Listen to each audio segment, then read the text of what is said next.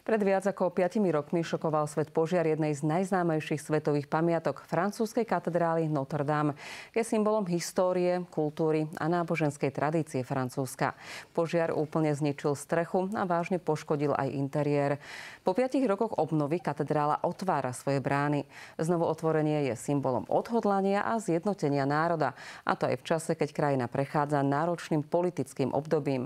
V štúdiu JOJ24 vítam pedagóga na Paris Sorbonne, publicistu a odborníka na Francúzsko pána Ľubomíra Jančuka, s ktorým slávnostný akt otvorenia katedrály Notre Dame budeme spoločne sledovať a samozrejme preberieme aj ďalšie aktuálne informácie, či už historické alebo aktuálne, lebo o Notre Dame by sme naozaj mohli niekoľko dní rozprávať. Dobrý deň. Bonsoir, madame Parfit-Belanovia. Ďakujem za pozvanie do relácie. My ďakujeme, že ste prišli a poďme na začiatok sa pozrieť späť do histórie, pretože my teraz hovoríme to, čo sa udialo pred 5 rokmi a čo prebiehalo počas toho obdobia, ale poďme úplne na úvod, predtým, keď tam ešte kameň na kameni nestal a žiadny Notre Dame neexistoval. Keď som pri študentoch základnej školy alebo strednej školy, tak s radosťou im pripomínam, že oni rozoberajú tie slohy však rôzne románske, gotické, tak začíname niekde v 5. storočí a v podstate vôbec celý ten stredovek od toho 5. do 12. si držal ten románsky sloh. To boli také hrubšie budovy, menšie vráta v úvodzovkách a až potom v 12. storočí začína veľká éra gotiky a gotických katedrál, ktorá mala tiež nejaké svoje 4 fázy. Najskôr bola taká základná línia, potom išlo šacht, že sa to ťahalo ešte viac do výšky. Už tie brány boli obrovské, ako vidíme aj v pozadí na vašom krásnom vyobrazení. A potom postupne ide katedrála v Remešti, už je to také rafinovanejšie. A keď si zoberieme štatisticky, keď tu niekto na Slovensku, ľudovo povedané frfle, že ako sa dlho diaľnice stavajú a podobne, tak si zoberme, že v roku 1100 až 1350, 80 katedrál, keď sa postavilo. Áno, takže teraz robia tu nie že repliku, ale máme na to remeselníkov, tých artizanov, ktorí borci, ktorí majú presne patenty a vedia, ako sa to všetko robí. Školy máme na to, ľudí, o tom budeme hovoriť čoskoro. Takže tam niekde sme v tom období.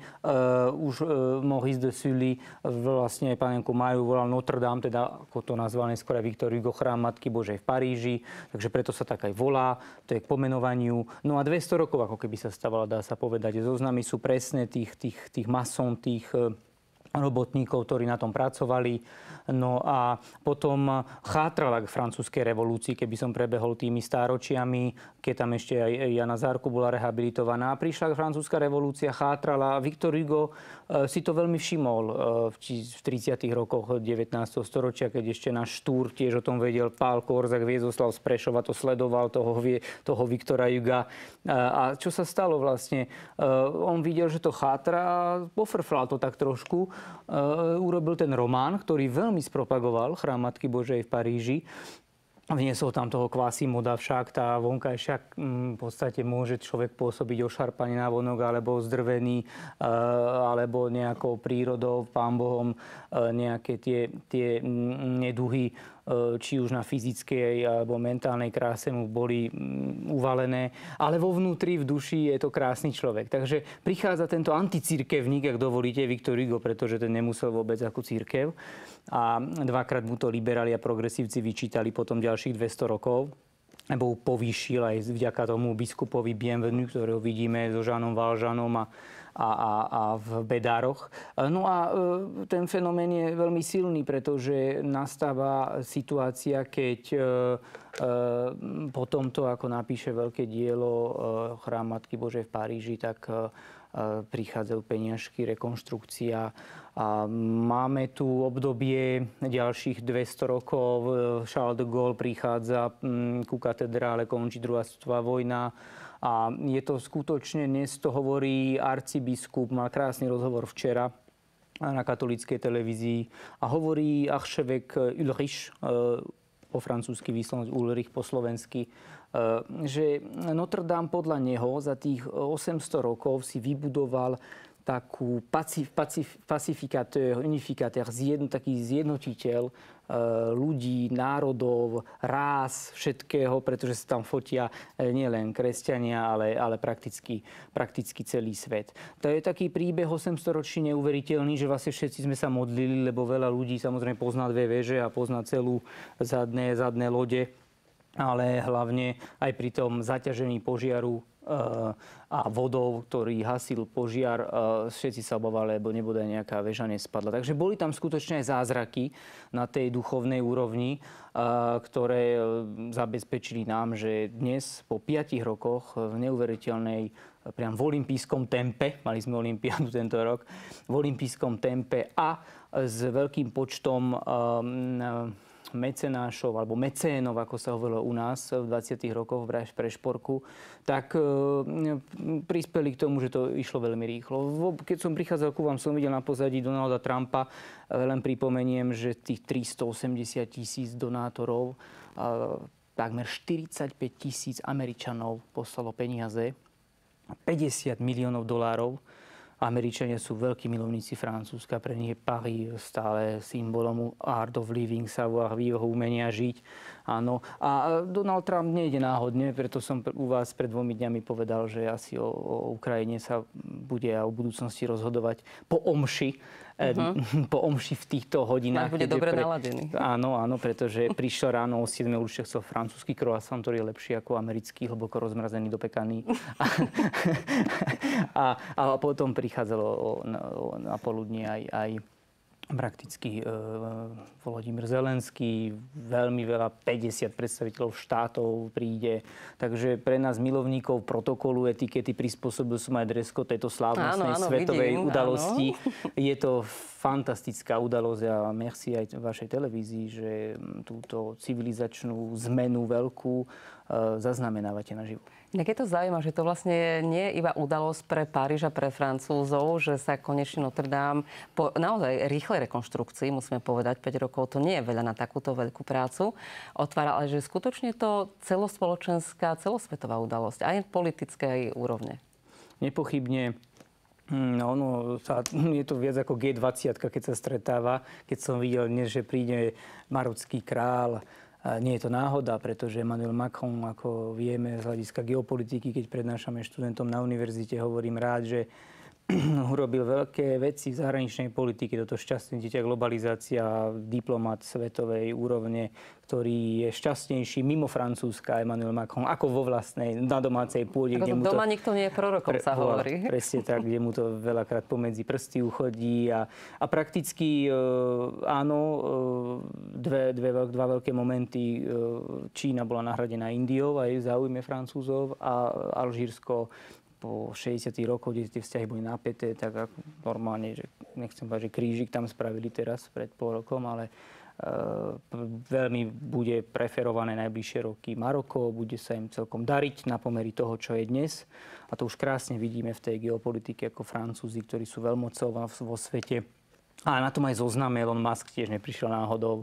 A teraz z amerického pohľadu samozrejme veľa voličov kresťanských od Donalda Trumpa sleduje americké televízie, dávajú tiež priebežne, ako vy, priebežne prebieha otvorenie katedrály. Takže má to celosvetový rozmer.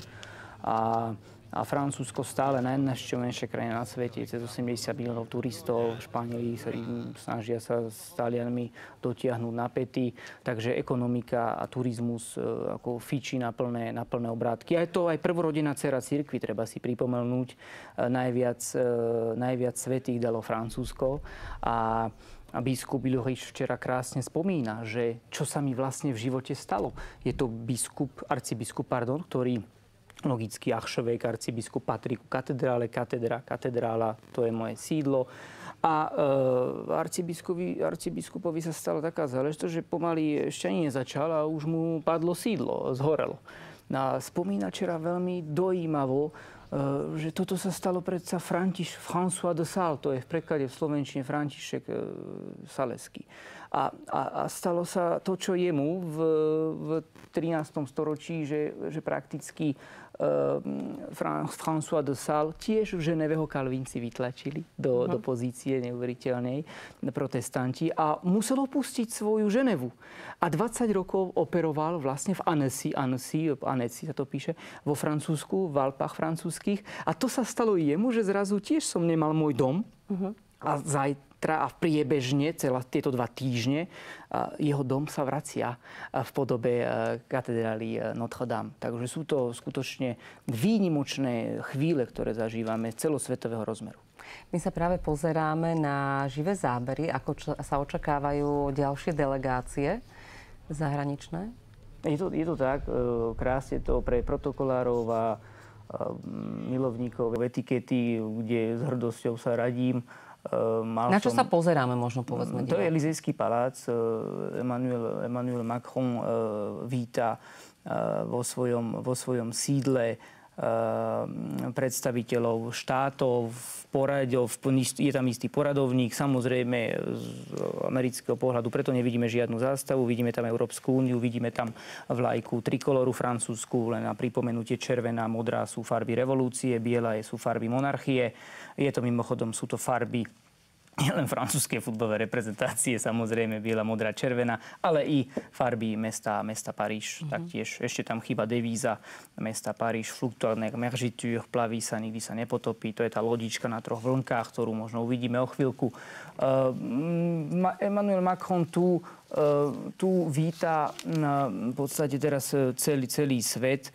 A ako aj Štefánikovská línia bola na konferenciách, navonok sa veľa vecí už vyjadrovalo dohodnutých. Veľké veci sa diali v salónoch, na pozvánky, na základe istého renomé. No, máme informáciu, že práve v tejto chvíli už Emmanuel Macron rokuje s Donaldom Trumpom, takže to znamená, že už ho neuvidíme, ako víta, ale my sa ešte vrátime naspäť, aby sme si pozreli, čo sa deje priamo v Paríži naživo. Vráťme sa ešte k Notre Dame. Už ste hovorili o tom, ako to vlastne celé vznikalo, že malo aj horšie časy Francúzsko a Paríž s touto katedrálou, ale sa to aj vďaka Hugovi zmenilo. Ako vlastne vnímajú Francúzi tento symbol? Čo spôsobil ten požiar? A aké to bolo predtým? Vidíme krásne na ostrove svätého Ludovita Saint-Louis 5. parížský obvod, túto veľkú katedrálu Notre-Dame, ktorá, keď som mu prvýkrát v živote videl v roku 2001, Teraz sa pozeráme, ako horí. My totiž to máme ešte na jednom monitore reálne zábery, už ako sa stmieva v Paríži a možno nám to režia ponúkne a strihne, aby divák videl, o čom ste hovorili. Toto je krásne, to áno, vidíme to, veľmi smutné chvíle, pri ktorých si poplakal nie jeden, nie len kresťan, ale iní sympatizanti Francúzska. No všetci sme sa na to pozerali so zdesením, čo sa v tom Paríži deje. A navyše vtedy sa ani nevedelo, čo je za tým. Ale dnes už je známe, že za tým nebol žiaden úmysel, že bola to nešťastná náhoda. Je to tak, všetky konšpiračné teórie, ktoré sú dnes trendy, boli vylúčené a v podstate uvedomovali si, že posledné roky neboli vylepšené protipožiarne opatrenia, ktoré napokon vylepšili už teraz pri tej prestavbe a renovácii. Sa spomínalo, že boli rôzne kontroly, ktoré upozorňovali na to, že tie rozvody sú staré a bolo by dobre s tým niečo robiť, ale nejako sa to stratilo a potom na to doplatili. Presne tak, a sú tam aj iné prvky, keď veľkí borci, architekti zaznamenávali pred 4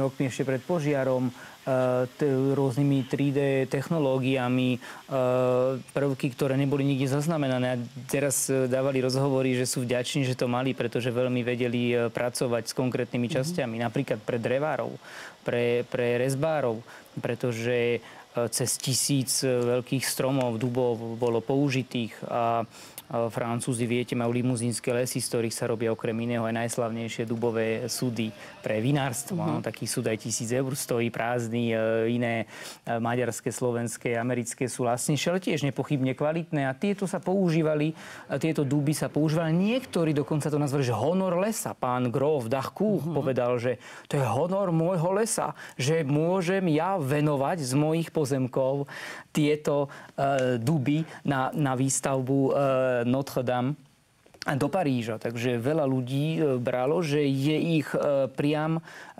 historickou povinnosťou prispieť v rámci svojich možností k tomu, aby sa to zreštaurovalo. A bol vôbec niekto vzatý na svedomie za to, že ten požiar vznikol? V akom štádiu je napríklad vyšetrovanie a možno nejaké vyvodenie zodpovednosti? Hovorí sa v Paríži, aj profesori niekedy, keď neodovzdávali práce ešte opravené, tak hovorí, že le silence ne veut pas dire l'inertie. Ticho neznamená nečinnosť, že sa to pracuje na tom. Nejaké etúdy, štúdie, analýzy vyšli z komisariátov, ale všetky viac menej naznačili a vylúčili už nejaký prvok zavinenia ľudskou osobou. Tým pádom sa to tak do hmlista, ako sa v protokole hovorí, vypariť sa à l'anglaise, po anglicky, že zrazu deje monsieur l'ambassadeur a už tu bol pred chvíľkou a nelúči sa, iba zmizol. Tak asi v takomto štádiu je teraz i to vyšetrovanie.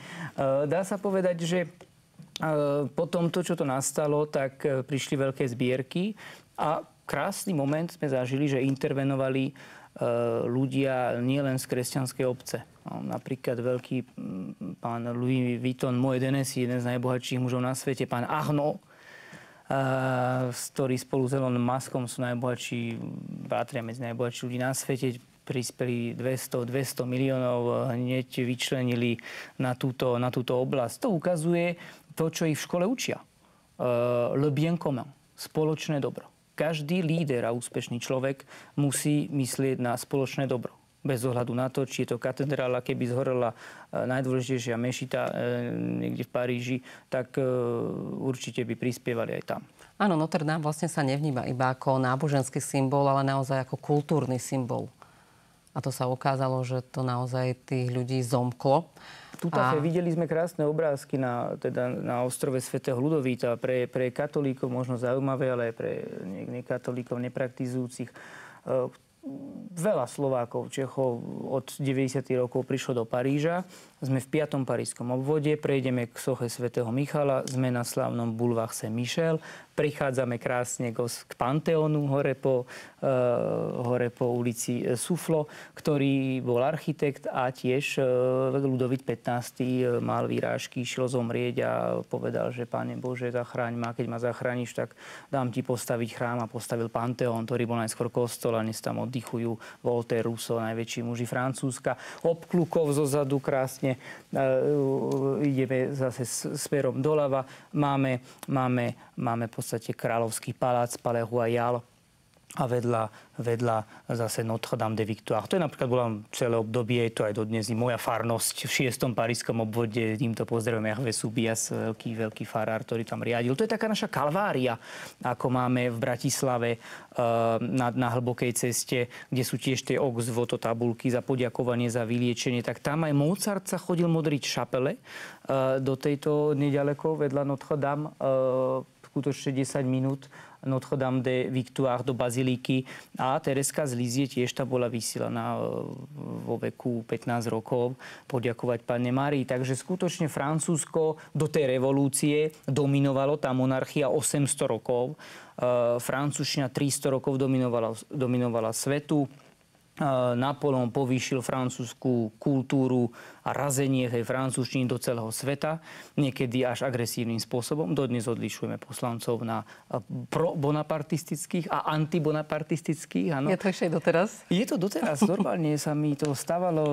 Ja som mal tú česť počas mojich štúdií bývať v centre.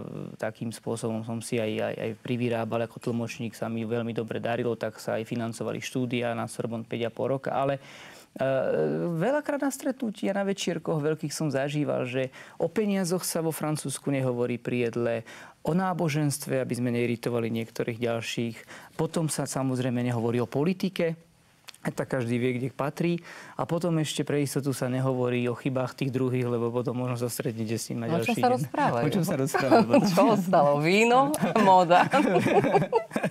Aké sú povolené témy, alebo najčastejšie? No, bankári, biznismeni majú tie peniaze trošku povolené, ale hovorí sa o pekných, a hlavne po 8 večer sa už o problémoch veľmi ani nemôže hovoriť. Hovorí sa o pekných veciach a o nejakých spoločných projektoch. Takže hľadajú sa prienikové množiny toho sveta. A keď je niekto, stalo sa nám na Suare, že ten pán iritoval, vyťahoval stále Bonaparta, bol jeho miláčikom, áno, už nechcel tú starú začuchranú monarchiu, tak viete, Bonaparte, len pre poslucháčov aj študentom rád vysvetľujem, že Bonaparte prišiel a urobil tabuľku Excel. Jednoducho povedal, je mi jedno, či máš modrú krv alebo nemáš. Pre mňa je dôležité, čo dokážeš na mieste. No. Takže to dokázal skutočne. Napríklad Muratovci dnes žijú, veľká rodina pri Trocadero. A to boli krčmári. A jednoducho on ho dal a stal sa maršál, dal mu kone, zámky, rentu, všetko. To znamená, Bonaparte zaviedol to, čo mu dnes hovoríme, meritokracia, bonapartistická meritokracia, čo znamená, že mi odkiaľ si ukáž, čo vieš. No takže takýto nás iritoval na tom večierku a pýtam sa, pani Kontesi Grofky, no tak čo, ako reagujete na takýchto ľudí, keď trošku mal tam také narážky? To je v poriadku, v Paríži, kto sa urazí, ten prehrá. A čo s takými ľuďmi robiť? Nič, to je v poriadku, nejako to prežijeme ten večerok, ale už ho nepozveme. To je najväčší trest. Nebyť prítomný, nebyť súčasníkom. Ako bol Milan Rastislav Štefánik, veľký generál, keď bol všade, všetko vedel vybaviť. No tak to je vlastne na margo toho 5. obvodu. Paríž má tých 20 obvodov, tu sme v 5. parískom, 6 vľavo a potom ideme pekne. 2,5 milióna ľudí žije v okolí Notre Dame, keby som takto povedal, v okolí. No, je to teda centrum Paríža, 2,5 milióna až 3 milióny, celý Paríž 12-13 miliónov. Takže je to predmestie. Takže keď ľavičiari to tam sekajú, tie autá, tie dízle a všetko, a hovoria odteraz metrom, autobusíkom, na motorkách maximálne, tak pre 2,5 milióna ľudí to nie je problém, ale pre tých, ktorí sú na predmestí a sú v tých zápchách obrovských, kde som mal 3 pruhy v 2001, v 2010 som mal len 2. A teraz už len 1 a 3 sú voľné pre peších, samozrejme. Veľa ľudí to vnútri oceňujú, ale tí, čo sú z predmestia, chodia pracovať, tak tí to majú ako drastické. Niekedy hodinu do práce, hodinu späť. My sme sa pred chvíľočkou pozerali na živé zábery a tam bolo vidno, že to počasie je celkom fajn, ale tie predpovede zrejme boli iné, pretože pôvodný program mal byť v exteriéri a napokon sa to zmenilo. Prečo a kedy? Zrejme tá predpoveď ich postrašila. To je Paríž, no. Idete na obed, je škaredo, dáte si dezert ešte a už je zrazu pekne, keď prídete, niekedy prší hodinu, 2. Ale teraz skutočne sú oblasti na severozápade Francúzska, kde teraz je to už bežné posledné roky, že stále nejaké veľké búrky prídu, tak pre istotu priebežne tie záležitosti, ktoré majú prebiehať na tom Parvis, na tom námestí. Napravo vidíme koňa na koni Karola Veľkého. Je to námestie svätého Jana Pavla II., ktorý navštívil Notre Dame. Tak tie koncerty sa rozhodli, že radšej presunú do vnútorných častí. Očakávaný napríklad aj môj miláčik veľký Lang. To je taký Federer, taký Lionel Messi medzi hudobníkmi súčasnými. Úplný fenomén Paríža. On žije skôr v Amerike, ale on miluje Paríž a považuje, že jeho Chopin, podľa mňa bude hrať Chopina, zase tajný program, ako bol aj počas olympiády, bude hrať Chopina, ktorý, ako vieme, prebehol aj cez Viedeň, ale v Paríži so Georges Sandovou aj žil, mal burlivé obdobie 10 rokov, tento milostný pomer je slávny. Lang je úplný blázon, ktorý obkolesí tento piano a vlastne sa odvoláva na Paríž, mesto nielen módy, ako ho poznáme, ale mesto veľkej hudby a baletu hlavne, le ballet français. Keď sme pri tom počasí, nie je to potom také smutné pre tých ľudí, ktorí si mohli naozaj vo väčšej miere vychutnať ten program, predsa len v tom exteriéri, vonku, keby to bolo. Viacerí si ho vedia užiť a teraz vlastne zrejme mnohí ľudia, ktorí sa tešili na program. Povedal by som to ako na tom Roland Garros. Smrteľníci pozerajú televíziu a ostatní, ktorí boli pozvaní... Tí, ktorí boli pozvaní, pre nich to žiadna zmena nie je. Presne tak. Tí tak akurát aj tak plánovali zrovna do kostola, áno. Na príhovore Emmanuel Macrona a pán arcibiskup priebežne. To bude krásny moment, to klopanie na bránu. 3 brány máme vstupné v Notre Dame de Paris a to klopanie na bránu a tá spätná odozva, ten orgán je v tom čase ticho, ale tá spätná odozva bude monumentálna, že v podstate klopeme a Kristus otvor, ale Kristus tiež očakáva, že my jemu otvoríme, symbolicky povedané samozrejme v cirkevnej náuke. Tak bude aj priebeh, že ide o spustenie Najskôr otvorenie Notre Dame všeobecne. Potom druhá monumentálna časť je, že opäť zaznie orgán. Tomu sa ešte dostanem, lebo Bratislava mala tú česť. Áno, Vincent Dubois, áno, mali sme ho tu pred pár týždňami. Áno, aj dokonca Messie Latry, ktorým som mal tú česť sa osobne stretnúť asi 2-3 roky dozadu. Takže orgán zaznie a potom bude samozrejme bohoslúžba arcibiskupom vedená, celebrovaná a tiež výsviacká oltára. Tu k tomu orgánu veľmi zaujímavé povedať, že ten orgán je z 18. storočia. Oni sa čistia priebežne, poslednú 92-2014, ak ma pamäť nemýli. Nezasiahol ten požiar nejakým výrazným spôsobom, orgán, ale rozprával som sa mojim spolužiakom, bratrancom, no, to nie je úplne podstatné, ale to je typické francúzske, že keď nemáte sieť kontaktov v Paríži a réseau, tomu hovoríme, tak neexistujete. Preto hovorím mojim študentkám a študentom, ak do 5 rokov nemáte telefónne číslo na osoby, ktoré môžete zavolať cez víkend a vám vybavia ubytovanie, prácu a všetko, znamená, že ste niekde zlyhali. Niekde ste urobili chybu. Pretože ten vplyv sa vyjednáva počas svojich štúdií. A keď nevybudujete nejaké renomé medzi 16. a 24. rokom života počas štúdií, tak prakticky ten Paríž vás vypudí, neexistujete. Je to veľmi elitárska spoločnosť. A čo sa nám prakticky stalo? Rozprával som sa s ním a on hovorí, že tam boli len nejaké časti z plafónu, zo strechy, ktoré padali a to olovo zaprášilo a vlastne trošku znečistilo, ale čiastočne nebezpečný orgán. Takže logicky bolo, že zásadné opravy nie, ale musíme ho odmontovať a do rôznych častí Francúzska bol rozložený, aby sa čistil. No a teraz 4 titulér, im hovoríme, hlavní organisti sú v katedrále Notre Dame. 2 už boli v Bratislave. To vidíte, že ako hovoril Štúr, čo tam Atény, Paríž, Berlín, aj my tu v Prešporku sme veľkým svetom. Takže Vincent Dubois nie je jediný? Áno, bol tu ešte jeho predchodca, ktorý dnes do Figara dal rozhovor, Olivier Latry, a on bude teraz 8.9. presne, 8, 9 a potom ešte 14 decembri bude hrať. Oni si tak rozdielujú veľmi špeciálne, že mesiac a potom ešte nejaké liturgie. Že jeden to ťahá. Takže 2 tu už boli a on spomína, že fantastická otázka novinára, fantastická odpoveď organistu. V čom je iný, keď prišiel teraz? A on hovorí, a ja som ten pocit mal, úprimne vám poviem, že keď hral orgán Notre Dame pred požiarom, hrá gvut, ako keby tej klembe, hra do výšky. Ten zvuk je rovnaký, povedal aj teraz, ale tá perception, to vnímanie toho zvuku sa išlo do výška, teraz sa rozťahuje po celom kostole. Tak je to dobré alebo zlé? Ja si myslím, že to je vynikajúce. To je ako láska, že to má pohltiť vás kompletne a nielen nejakú časť. Takže verím, že ešte to nikto nemohol zatiaľ oceniť, iba tí, čo to trénovali. Tak poslucháčov tým pádom vyzývam, keď pôjdu do Paríža na najbližšie obdobie. Príležitosť pre smrteľníkov bude až o mesiac.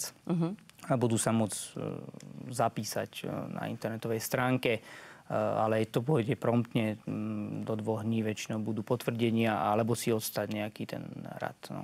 Keď sme pri tom orgáne, tak už tam je vlastne tá prvá zmena, že ten zvuk bude kvalitnejší a bude to zmena v tej katedrále. Čo iné ešte bude zmenené? To otváranie sa iba nastáva teraz, ale už je zrejme jasné, že či sa niečo zmenilo, či sa niečo úplne zachovalo v rámci rekonštrukcií, ako to bolo pôvodne. Čo sa tam dialo počas tých 5 rokov? Keď sa nad tým tak zamyslím, a tí, ktorí pre tých archeológov niektoré takéto prvky, nehovorím, že sú radosné, ale zrazu sa tam opäť dostali a začali dávať rozhovory postupne a vyhrabávať aj tam, kde sa nemohli dostať. A hovoria, že 400 epitafov, našich 415 zosnulých pochovaných, o ktorých niektorých sa vedlo, o niektorých nie. Takže to bol predtým aj kostol. Áno. A dodnes vieme, že napríklad Joachim du Bellay, veľký spisovateľ a podobne, sú to jednoducho, máme tam pozostalých v tej katedrále. Najstarší záznam je z roku 1112 a posledný pochovaný bol 1783. Áno, to je, dá sa povedať, že vlastne 6 rokov pred francúzskou revolúciou. A tie zmeny, ktoré nastali, Kohút sa samozrejme zachránil, ktorý pôjde úplne do výšin, až k nebu priam. Pri Kohútovi sa o chvíľku zastavím. Vitráže, sochy kráľov, ktoré sú z prednej časti. Je znamenité priam sledovať to, ako aj to, čo bolo takmer zničené, dokázali dostať do stavu pôvodného, ako keď poviete niekde, že toto má špinavé, nie, to je patina času, to je iba zaprášené, utrem prach a to je čas a nie nedbalosť. A preto, lebo mám na to školy vo Versailles, keď môj kamarát zo školy, bol priateľ mojej spolužiačky, on hovoril, že keď sa chcú vymeniť okná vo Versailles, musí mať na to školu. Vrajem to jak omáčkár v Michelin reštaurácii, dvoročné štúdia. To znamená, každé tie remeslá teraz boli poctené a pracovali na Notre Dame. Napríklad uvidíme čoskoro aj liturgické prvky. Uvidíme časti, teraz sa nám krásne ukazujú vitráže, kde boli spory v 70. rokoch, vyťahovali ich, menili ich, áno. Moja obľúbená je, a to dávam ako hneď domácu úlohu, opäť poslucháčom, keď pôjdu, nech nájdú krásne vyobrazenie svätej Genevieve, je v slovenčine Genovéva a Česi to majú ako Chenufa. A to je krásna vitráž, moja obľúbená vo vnútri. Nech ju nájdú. Poradte, či napravo, či naľavo, keď vojdeme. No aj tak sa všetci budú k Bohu pozerať a on ich naviguje. Tak by som povedal, zatiaľ jediný takýto žolíka môžeme poskytnúť, ale nech ho vnímajú, je to dosť veľké, kde ona vlastne v tej vitráži prosí pána Boha, že stále tu leje a úroda tým pádom už je aj dosť zničená a potrebuje aj slnko. No a tam krásne vidieť tie kvapky a z opačnej strany ponad kopec už vychádza dúha. Áno, takže aj takéto detailné prvky sú tam a Genevieva je vedľa, moja obľúbená knižnica, Genevieva je vedľa Panteónu. Som jej členom 10 alebo 11 rokov. Tiež tam je francúzsky elitarizmus, to len tu vstúpim do toho neuveriteľný, že keď vy študujete vo Francúzsku a idete do tejto prestížnej knižnice, kde môže ísť každý za 5 eur ročne, platí to štát, tak ste študent, tak stojíte v rade aj v sobotu napríklad. Maj rad je na 2-3 hodiny. A zrazu, keď dokončíte 5-ročné magisterské štúdium a idete na doktorát, tak už vám nedajú bielu kartičku, ale dajú vám rúžovú. A pýtate sa, prečo mám rúžovú? Pretože vás si vážime ešte viac. Takže vy už v rade stať nebudete. Takže oni stoja všetci v rade. A vy ich predbehnete, ako keby ste mali business class v lietadle za peniaze, vy ich predbehnete, lebo všetci nevidia, to je doktor, docent, profesor. Takže že nemôžeme sa starať len o slabých a stredne dobrých, robí to slovenské a české školstvo často, ale zabúda sa starať o najlepších. To je veľmi výborný postreh. To je náš neduch za posledných 20 rokov, ktorý ja vnímam a prebehnem teda od svätej Genovévy, od tej vitráže k tomu Kohútovi, ktorého som slúbil, tak ten sa zachránil, spadol. Dva symboly sú veľmi silné toho Le Coq Gaulois. Majú ho Francúzi na futbalových dresoch, máme ho, všade ho vidím. Jeden je revolučný, že keď ten Kohút vstúpi do merde, do ho, nemôžeme vysloviť, tak aj tak spieva. To sú Francúzi veľakrát. No, tak aj Macron, vidíte, žije stále. Už by bol u nás možno nejaký politik na Ondrejskom cintoríne z toho na nervy. A on fíči ďalej. Ale druhý je kresťanský, veľmi krásny. Že on sa predsa budí o 5:00, ten Kohút, a hlási nový deň, hlási takzvanú resurrection, obrodenie človeka, pozvanie do nového dňa, aby žil a spieval. A preto je tam vlastne v katedrále, budeme ho vidieť teda z vonkajšej pozície.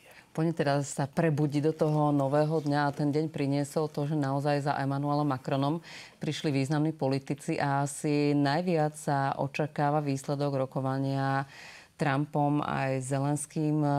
Čo čakáte? Aký bude výsledok? Že okrem toho, že budeme hovoriť o tom, že znovu otvorenie Notre Dame nastalo, že nastalo aj toto stretnutie s týmito politikmi? Nejde tam náhodne Donald Trump. V 19.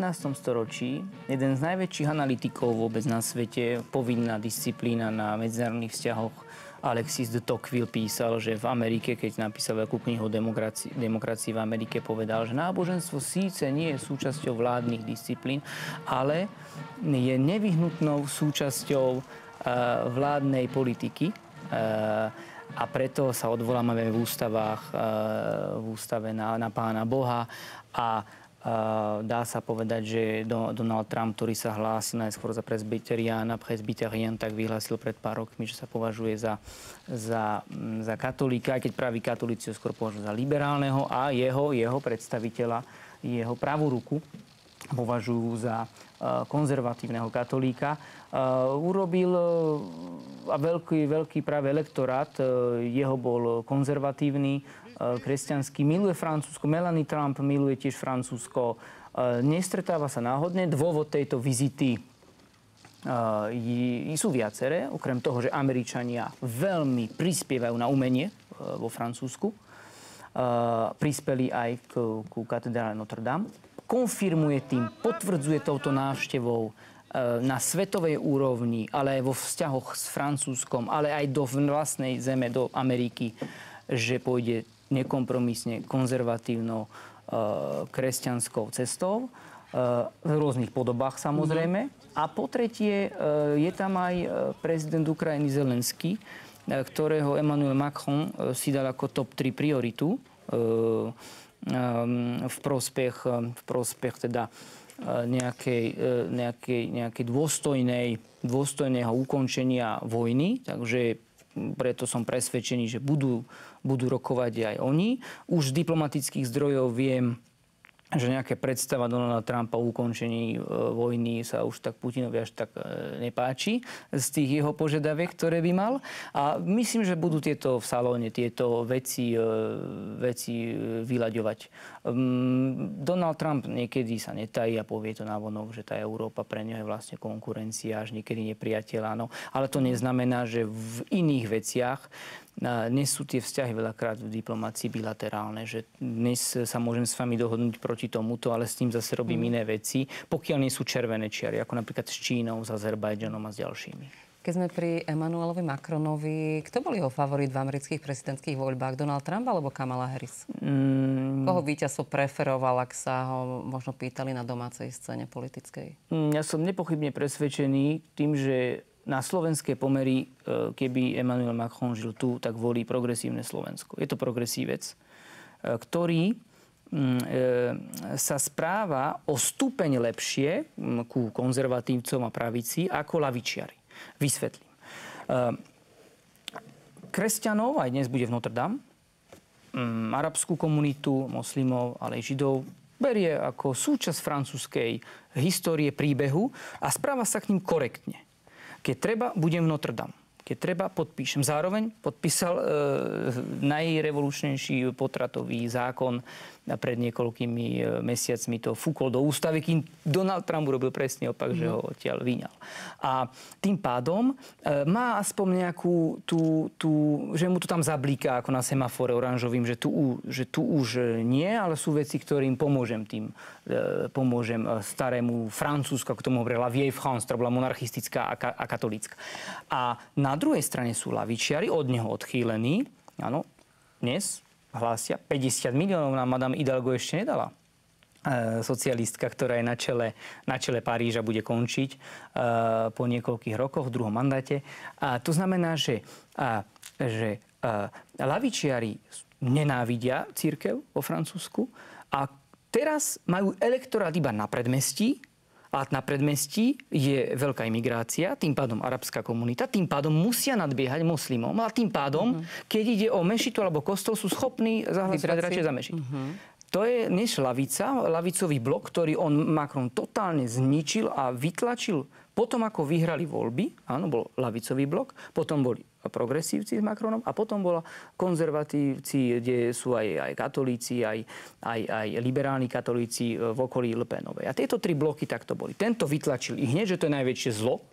Teraz mu zase klopú na bránu, že vyhlas od nás niekoho, lebo tam sú Tam sú socialisti, komunisti, anarchisti, altermondialisti, komunistov som spomínal, aj tam ešte nepodajné Francúzsko, kde je Jean-Luc Mélenchon, ktorý presne hovorí, že čo tam 800-ročná história napojená na kresťanstvo, nič, je tu nový vývoj, kreolizáciu treba. Áno, to znamená, že Emmanuel Macron nezasiel až do takýchto extrémov, že tí už priam až nenávidia. On hovorí sine ira et odio, čo je v latinčine bez hnevu a nenávisti, že neurobí navyše niečo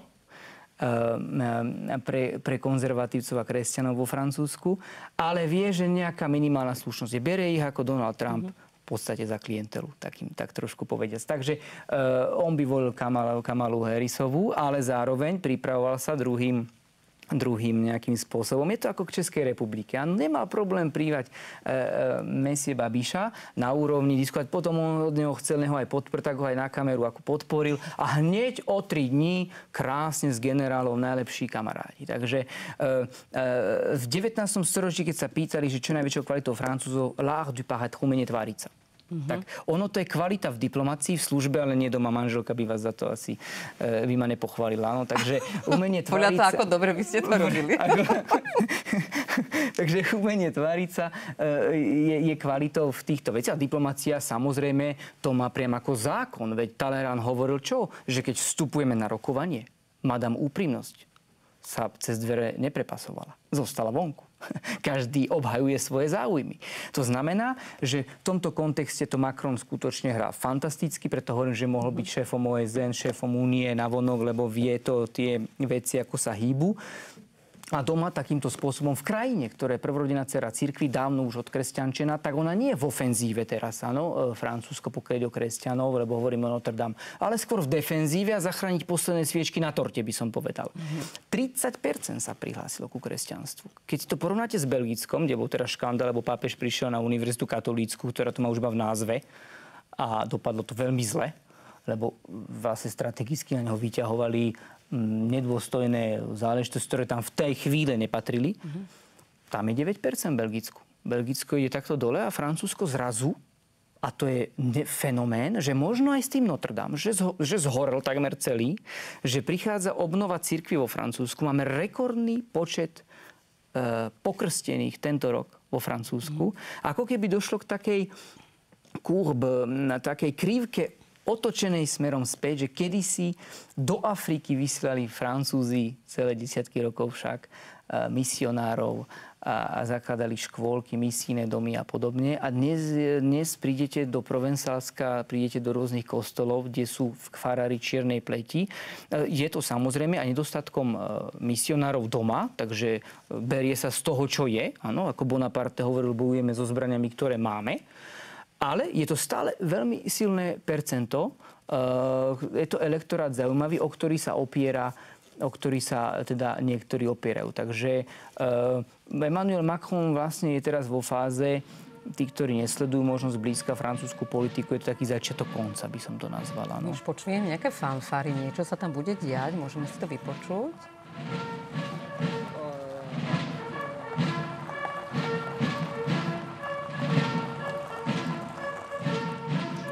Volodymyr Zelenský by to mal byť, ktorý prichádza sa pridať na rokovanie Trump-Macron. Tout à fait. Práve sme to spomínali. Niektorí sa ma pýtali.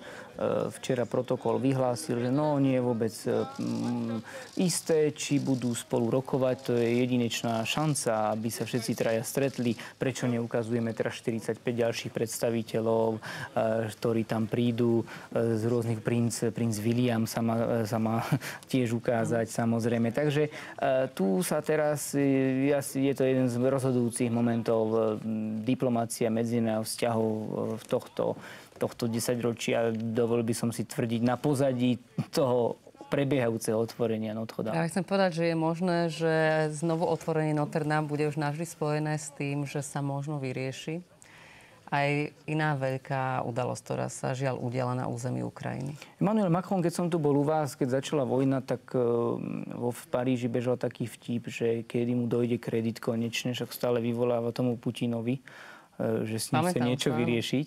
Lenže uvedome si, že zahraničná francúzska politika má svoju doktrínu.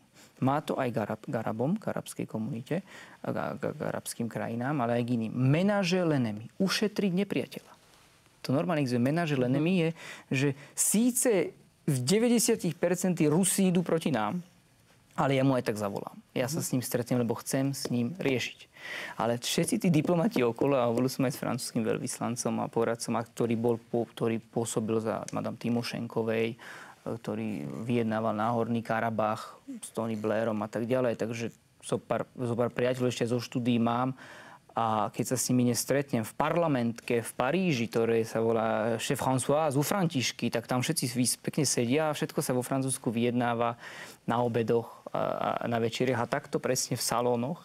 Tak povedal on takú myšlienku, že stačilo. My sme s Rusmi veľa popodpisovali, tie dohody neboli dodržané. A napokon cieľ 1400-stranová zmluva dávno podpísaná hovorí, že našim cieľom bude približovať Ukrajinu k strednej východnej Európe, k Únii, aj keď hovorí, že 15-20 rokov, zabezpečiť jadrovú energiu v prospech Francúzska s Polskom a ďalších. A je to tu. Fotka alebo videa zo stretnutia Macron, Trump, Zelenský. Nádhera. Z hľadiska protokolu veľmi dôležité. Po pravej ruke vždy je buď vaša manželka, alebo dôležitý človek číslo 1. Môže to byť aj frajerka študentom, keď sa ma pýtajú, ale kým frajerka je nejaká nová, tak ešte stále tam musí byť pani matka. Takže po pravej ruke je stále najdôležitejší človek. Áno, tu v tomto poradí to bolo krásne, že tu je Donald Trump, pretože je to väčšia mocnosť, dlhoročnejšie vzťahy a tak ďalej. A po ľavej ruke prichádza napriek tomu, alebo v súvislosti číslo 2. A to je aj v spoločenskej etikete. Matka naľavo by išla teda frajerka. Potom, keď sa oženíte, tak už matka je číslo 2. tak to je v spoločenskej etikete. Niekedy to nemusí zvládnuť. Niektorí to tak ešte nevnímajú ani po svabe. Ale to by bolo na iný rozhovor. Keby som sa vrátila k politike, keď sme hovorili, že ako na začiatku napadnutia Ukrajiny Ruskom volal Macron viackrát Putinovi. Bola s tým francúzska diplomácia a verejnosť OK?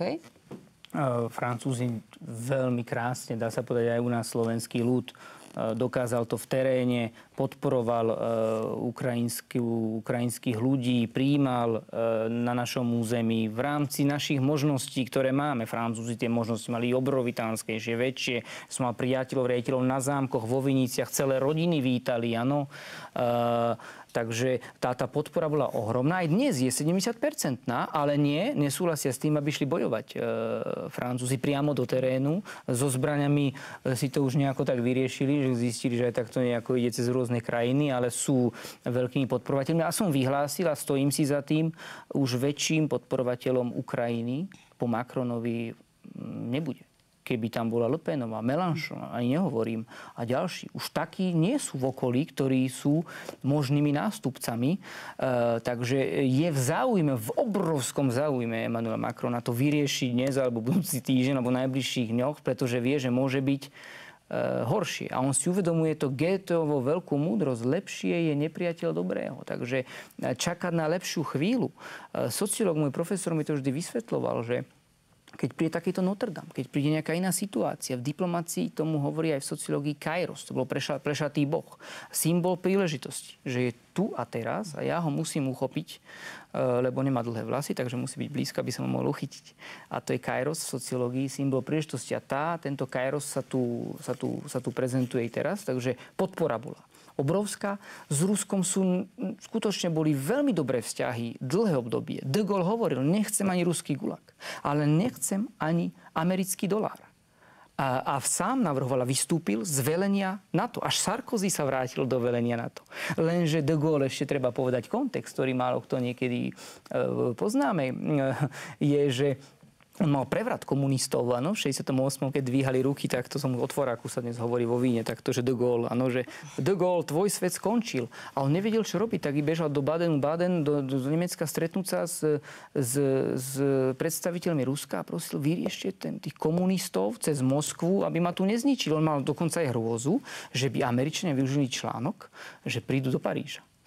Veď predtým prišli oslobodzovať, áno. Ale že by prišli a on mal hrozu aj od jedných, aj od druhých. Takže nepriamo Oni mu pomohli s tým, samozrejme aj tak potom skončil, ale nepriamo týmto povolil marxizmus a leninizmus do francúzskych škôl a začal nám tiež nie komunizmus, ale socializmus.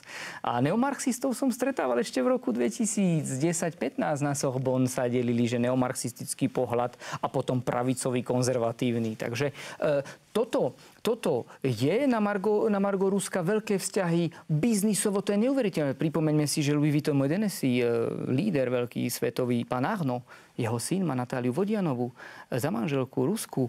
Oni sú prepojení. 19. storočie, potomkovia Tolstoja bývajú na Montmartre dnes. Literatúra, všetko prepojené, ale prišiel moment a povedal to Putin Sarkozymu. Sarkozy to hovorí vo svojej 500-stranovej knihe. Mu to hovoril na rozhovoroch. Veď ja viem, že je tá stredná východná Európa, že tých ľudí, keď sa pýta, že oni nechcú ísť k nám, oni skôr preferujú západný, americký svet. Ale bere to ako svoje sestry, to okolie toho svojho Ruska a preto takýmto spôsobom na to aj tlačil, aby sa mu tam akože na tie hranice, a to už je potom ďalší možno na ďalšiu analýzu, aby sa mu tam podľa jeho interpretácie ďalšieho neohrozovali. Ale boli aj sympatizanti pravice v Paríži Putinovi a spýtali sa ich krásnu vec. Čo by ste sa dnes spýtali vy ako sympatizanti Putina pred vojnou? Ja by som sa ho spýtal, Vladimír, hovoril veľký predstaviteľ pravicovej politiky vo Francúzsku, hovoril, Vladimír, ako je možné, že ste chceli ochrániť svoje územie, rozšírili ste to Švédsko, Fínsko a ďalšie tie hranice NATO ste rozšírili, ešte ste ich zväčšili, ešte viac nepriateľov ste si narobili. Jediný KGB Francúz, ktorý pôsobil v ruských KGB, žije, napísal knihu, v ktorej hovorí, že je môj spolužiak Putin mal jeden jediný nedostatok, jeden jediný neduch, ktorý mu vyčítali učitelia. Slabý odhad na dlhé trate. Nevedel zhodnotiť, že v tejto chvíli možno sa to javí dobre, ale ten pomer toho, čo stratím a získam, v tom mal vždy najhoršie známky. To hovorí, prosím, pekne ho spolužiak, ktorý napísal. A tá kniha bola vydaná už teraz, keď prebieha vojna? 3-4 roky, to sa veľké rozhovory boli s ním. Takže celá francúzska inteligencia, už aj lavičiari sa k tomu pridali potom, povedali, že je tu evidentný zásah do územia a celistvosti jednej krajiny. A ja som to zažil, keď som hovorcu chodil zo pár ruských predstav. Máme samozrejme. Máme ich, chodia do Ženevy a do Paríža. Snom, viete, čo je ukrajinských a ruských detí, boháčov, mecenášov, miliardárov, ale aj všetkých pofiderných postav. Študovať v Paríži, v Ženeve, v New Yorku. Takže oni sú tam a ja som ich tam stretával na Sorbonne. A tiež hovorca Peškov Kremlu mal krásnu svoju dcéru, ktorá robila aj v Záre, chodila okolo na Sorbonne a zrazu sa nemôže dostať do Paríža. A ona, ten môj Notre Dame, môj Louvre, pustite ma tam, prečo som tu zablokovaná? Áno, aj hovorí ten novinár francúzsky, no tak hovorí váš prezident, že budete iné vaše notebooky používať, vaše stroje. Takže ono tá túžba tej novej, mladšej generácie nie je mať vojnu, nie je ísť, ako jej otec hovorí, s tankami na Champs-Élysées, áno, a ona potom vlastne musela rušiť aj svoj Instagram. Takže tie deti stretiete v Ženeve, v Paríži a chcú patriť do západu, paradoxne do západnej civilizácie. Ale ich rodičia majú iné svoje záujmy a oni sú potom doma v takýchto komplikáciách. To len na margo toho, že tie rusko-francúzske vzťahy boli dlho a neplánuje Francúzsko, že by to teraz sekalo na 100 rokov dopredu. Chce to vyriešiť. A aj veľké správy tajných služieb francúzskych aj CIA hovoria jednoznačne, že Rusko bude stále o niekoľko desiatok rokov stále veľkou mocnosťou. Zrejme veľkou hrozbou. Áno, ale CIA vyšlo vo francúzštine teraz 300 strán to má, plus francúzske tajné služby a ja som si z toho robil také rezumé, že v čom sa zjednotili. Zjednotili sa v jednej veci. Prečo leadership nebude môcť nikdy prevzať Čína a Rusko? Pretože nemajú slobody a tí veľkí intelektuáli, umelci a podobne pôjdu radšej robiť do Tesly, k Maskovi, do Paríža, inde, kde môžu doľava, doprava a nikto ich neprenasleduje, nenaháňa. A pôjdu do Helsinga a podobne. A kto nedá slobody nielen umelcom, ale vedcom, vedátorom a ľuďom, ktorí môžu robiť aj s jadrom, aj s inými vecami, tak nemôže postulovať na leadership vo svete. A preto hovoria, že Amerika, Francúzsko majú stále nejakým spôsobom tieto slobody zabezpečené a preto môžu veľa vecí diktovať svetu. Povedzme si ešte na záver, toto stretnutie Macron, Trump, Zelenský a znovu otváranie Notre Dame po tom ničivom požiari v roku 2019. Bude to veľká vec a budeme môcť hovoriť, že sa tam udiali nielen otvorenie Notre Dame, ale aj posun, čo sa týka k mieru na Ukrajine? Verme. Myslím si, že týkajú hodiny Emmanuelovi Macronovi, ale nemyslí teraz len sebecky na seba, ale myslí aj na Ukrajinu, pretože v tom jeho celom veľkom okruhu, v tej sfére, ktorú má na politickej francúzskej scéne, už nebudú takíto veľkí podporovatelia Volodymyra Zelenského alebo ďalších. Je to mimochodom paradox. Dnes von der Leyenovú nevidím, prezidentku komisie, len do toho takto vstúpim, pretože včera podpísala Európska komisia Mercosur, áno, marché, voľný trh s krajinami Južnej Ameriky, ktorý Francúzi pre nich... Veľký problém to bol. Obrovský problém, je to tam držali celý čas. Hovorí sa v parížských kruhoch, že to je pre Nemcov, aby mohli vyvážať autá svoje do Brazílie, Paraguaje a ďalších miest za výmenu za svoje priemerné poľnohospodárstvo. Kým vo Francúzsku poľnohospodárstvo, tá šťastná učesaná krava na tých pastvinách, áno, je chov dobytku, áno, pšenica, ďalšie. To sú, alebo kone v Normandii, 18 000 ľudí zamestnaných v tejto oblasti. To znamená, že to je top 3 niekedy v zamestnanosti. Takže pre Francúzov to poľnohospodárstvo je nervus rerum, podstata veci. A teraz im chcú doviesť tony kureniec z Argentíny a tým pádom bude to ešte zaujímavé, ešte to nie je podpísané. Takže nevedia, kde im hlava stojí, ale teraz má prednosť samozrejme vyjednávanie mieru. Povedzte mi ešte na záver, kedy sa chystáte vy pozrieť osobne do otvorenej Notre Dame v Paríži? Mám jednu špeciálnu pozvánku teraz ešte pred Vianocami, tak na otočku určite pôjdem a budem teda overovať, či ten zvuk ide k Bohu, alebo nielen k Bohu, ale teda aj do šírky. Tak potom nám o tom prídete porozprávať. Veľmi pekne ďakujem za vašu vzácnu návštevu. Vždy je to veľký zážitok. Ďakujeme pekne. Merci, madame Paul Fibelanova, za vaše vrúcne pozvanie do relácie a gratulujeme televízii OI, že túto svetovú udalosť vysielate priebežne. Veľmi pekne ďakujeme. A ja už len zopakujem, že naším hosťom bol pedagóg na Paris Sorbonne, publicista, odborník na Francúzsko, pán Ľubomír Jančok.